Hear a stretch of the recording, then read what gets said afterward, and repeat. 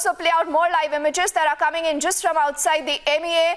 The story moving very fast. A lot of foreign envoys, remember, already have been briefed. Yes, those are those images on your screens. Republic getting you non-stop live rolling coverage of a story that matters today. All our colleagues tracking every update that is just outside the Videsh Mantralaya, the Ministry of External Affairs. We earlier also saw Sushma Swaraj just moving out from the ministry, not saying much. But we heard the Foreign Secretary earlier putting out a very, very clear statement, a statement I think that the world today is Rhythm, Sakal, Shivani and Amita are going to be looking very closely, Amita.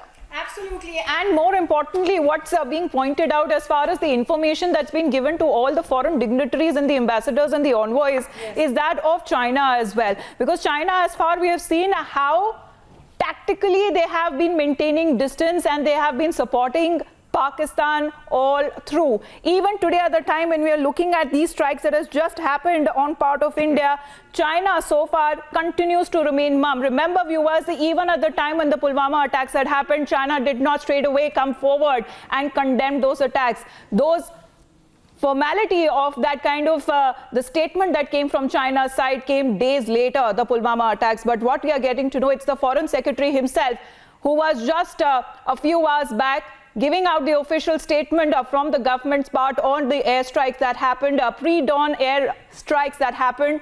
He is the very person who is now also briefing the Chinese envoy on the situation, especially because China so far has been saying that restraint and dialogue is the only way forward, but this is the dialogue that India will be indulging in if provoked by Pakistan. By the AFP, Rhythm, take us through that if possible, because we are now learning that China has urged India-Pakistan, Rhythm, to exercise restraint after the airstrikes. But what China and Beijing actually forgets, Rhythm, is that here India is not the aggressor, but we have every right to defend our boundaries, to defend our men, Rhythm. Absolutely. And that's exactly what the Prime Minister also in his speech has said. I vow will not allow India to bow down. A very clear promise coming in from the Prime Minister who supervised the entire operation. A very clear promise. And even as we're ready, missile ready, 2 missile tests have been fired by DRDO. Let's quickly tell our viewers the latest updates that are coming in. Missile test has been fired by the DRDO for the army. Foreign secretaries have been briefed by foreign envoys, I beg your pardon, have been briefed by the Foreign Secretary who gave that statement a short while ago when he spoke about what India's attack was and where we attacked. Viewers, we attacked at the very forefront. We attacked at those camps at Balakota. Okay. We also have visuals right now of all those foreign diplomats whom the government has just briefed.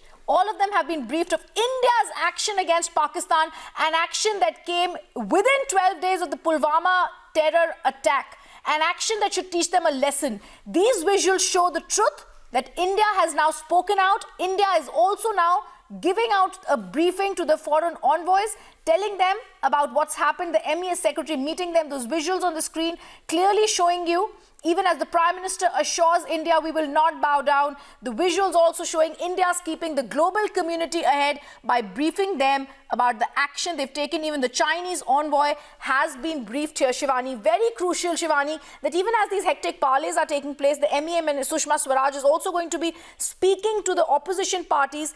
All this coming at a time when the Prime Minister has assured one thing: India strong-willed, India will continue, India will attack if needed to save its sovereignty. Absolutely. So there are a lot of developments coming in from all fronts. One, of course, is the diplomatic front, where all foreign envoys in India have been briefed by the Ministry of External Affairs. It is the first arm of the government that actually came out and put on record what was done as far as these airstrikes is concerned. Since then, we've of course heard the Prime Minister as well. And what the Prime Minister has said, without delving too much, Sakal, into what the action that the military or the Air Force has taken, he has acknowledged that there was demand for action and punitive action against Pakistan, but he did not go too much into as far as the military action or the Air Force action is concerned. And he once again reassured the country that it is in good hands. as far as the faith in its jawans and its forces is concerned.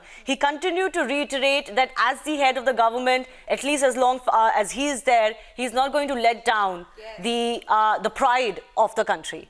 Yes, when he said that won't let India bow down, that's a very strong message with a very strong undercurrent there, because as we stay with these visuals, remember earlier the foreign diplomats, particularly from US, from UK, Amita, from Russia, Australia, Indonesia, remember some of these countries were the first one to condemn Pulwama. If you remember, even some ASEAN nations, their diplomats, their envoys were also in fact briefed by Vijay Gokhale, the foreign secretary, and these are the visuals of these diplomats outside the Raksha Mantralaya at the South Block.